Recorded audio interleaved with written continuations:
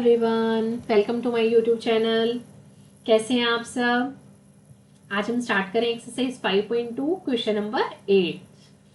देखिए question number 8 में क्या गिवन है। An AP consist of 50 terms. एक एपी में कितनी टर्म्स है? 50 टर्म्स है। Of which third term is 12। Third term कितनी है, कौन सी, मतलब क्या दी हुई है? 12। And the last term is 106 और लास्ट टर्म दी हुई है 106। आपको ना 29 टर्म को फाइंड आउट करना है। बिल्कुल छोटा सा मतलब एक पॉइंट है, अगर आप इसमें ध्यान से देखें तो क्वेश्चन में कुछ भी नहीं है। उसने कहा कि उसके अंदर टर्म्स टोटल 50 हैं और जो लास्ट टर्म है वो 106 है, तो दोनों को आप रिलेट करिए ना। टर्म्स ही टोटल 50 है, मीन्स जो लास्ट टर्म है वो 50th ही तो टर्म दी हुई है आपको। 50 ही टोटल है तो लास्ट टर्म 106 है, तो 50th टर्म ही 106 है ना। ये चीज क्लियर हुई। और एक दिया हुआ है थर्ड टर्म 12 है, तो हम यहाँ पे सॉल्यूशन कर रहे हैं। थर्ड टर्म आपको दी हुई है 12, मैं लिखती हूँ a3 इज इक्वल टू 12। मैं आपको यहाँ पर सॉल्व करके दिखाती हूँ। an हमारे पास होता है a plus n minus 1 into D. मुझे a3 फाइंड आउट करना है, तो a plus 3 minus 1 into D means a plus 2d। तो मेरे पास a प्लस 2d आ गया 12 के इक्वल। सिमिलरली लास्ट टर्म 50 थी ना, तो a 50 कैसे निकालोगे? a plus 50 minus 1 into D, a plus 49d। तो a प्लस 49d किसके इक्वल आ गया? a प्लस 49d किसके इक्वल आ गया? 106 के। अब हम इसको सॉल्व कर लेते हैं। एलिमिनेशन मेथड से सॉल्व करना आता है। कैसे सॉल्व करेंगे? माइनस माइनस माइनस, इससे ये कैंसिल हो गया। 49 माइनस 2 माइनस का आएगा, 47 हो गया। और ये हो गया 106 और 12, ये भी माइनस का आएगा। माइनस करो, 6 माइनस 2 4, 10 माइनस 1 9 और ये क्या हो गया? 0 ही हो गया। 94 माइनस का, माइनस से माइनस कैंसिल हो गया। यहाँ पे d है तो d की वैल्यू क्या आ गई? 94 अपॉन 47, 2 पे चला गया। तो d की वैल्यू आपके पास आई बच्चे 2। अब d की वैल्यू को 2 यहाँ पुट कर दो। a plus 2d is equal to 12। a plus 2d is equal to 12। a plus 2 into 2 4 is equal to 12। तो a की वैल्यू आपके पास आ गई 8। ठीक है, a की वैल्यू 8 आ गई, d की वैल्यू 2 आ गई। और आपको कौन सी टर्म फाइंड आउट करनी है? Find the 29th term. 29th term 8 a8 d2 and 29 term find out करोगे तो कैसे करोगे? 29 टर्म हो जाएगी a प्लस 28d। a की वैल्यू पुट करो। a की वैल्यू हमारे पास क्या आ रही है? 8 आ रही है।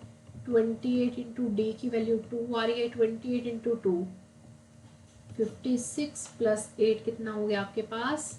6 प्लस 8 14, 5 प्लस 1 6। तो आपके पास 829 आ गया बच्चे 64। कर सकते हैं, हो जाएगा, इजी है। जस्ट इसमें एक टर्म ना देकर ये कहा कि टोटल टर्म से 50 है और लास्ट टर्म ही है, मीन्स टोटल ही 50 है तो लास्ट टर्म वही 50 टर्म ही हो जाएगी ना। बस इस पॉइंट को आपको क्लियर करना है। देन देखिए question number 9।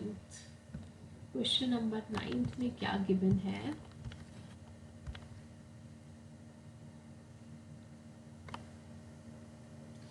If third and ninth term of an AP are 4 and minus 8 respectively, then which term of the AP is 0? Which term of the AP is 0? वो क्या कह रहा है, ये भी इंपॉर्टेंट है क्वेश्चन, कि AP की कौन सी टर्म 0 हो जाएगी। देखिए यहाँ पे सॉल्यूशन क्या है। If third and nine term of an AP are this, third term का मतलब है a3। a3 हो गया आपके पास a प्लस 2d, है ना, 4 के इक्वल। फिर a9 means a plus 8d इसके इक्वल माइनस 8 के इक्वल। इनको सॉल्व कर दो एलिमिनेशन मेथड से।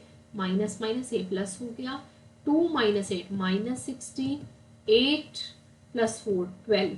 तो d की वैल्यू आ गई आपके पास -12/6 मतलब -2। अब d की वैल्यू -2 को मैं फर्स्ट इक्वेशन या सेकंड इक्वेशन में पुट कर दूं। a की वैल्यू आ जाएगी a plus 2 into -2 is equal to 4।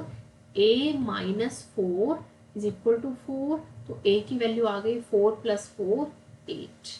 ठीक है, ए की वैल्यू आ गई, -2 आ गया।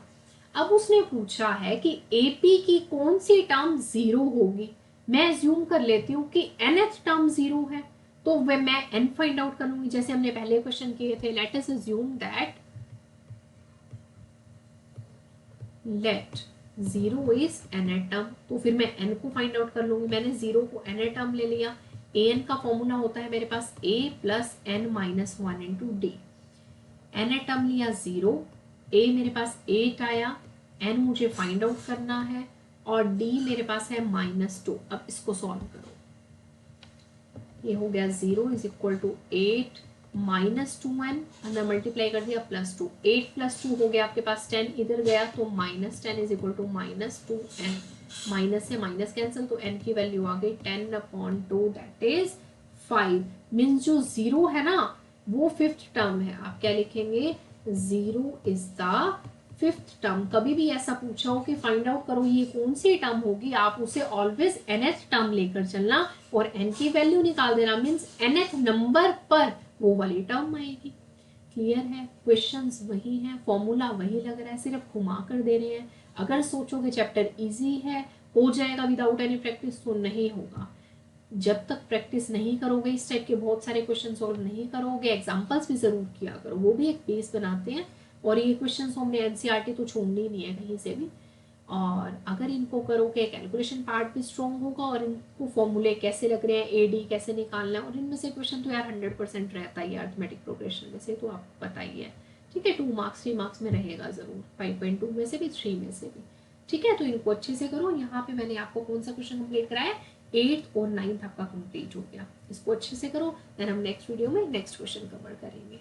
Okay, bye bye, thank you. Video अच्छी लगे तो लाइक ज़रूर करना।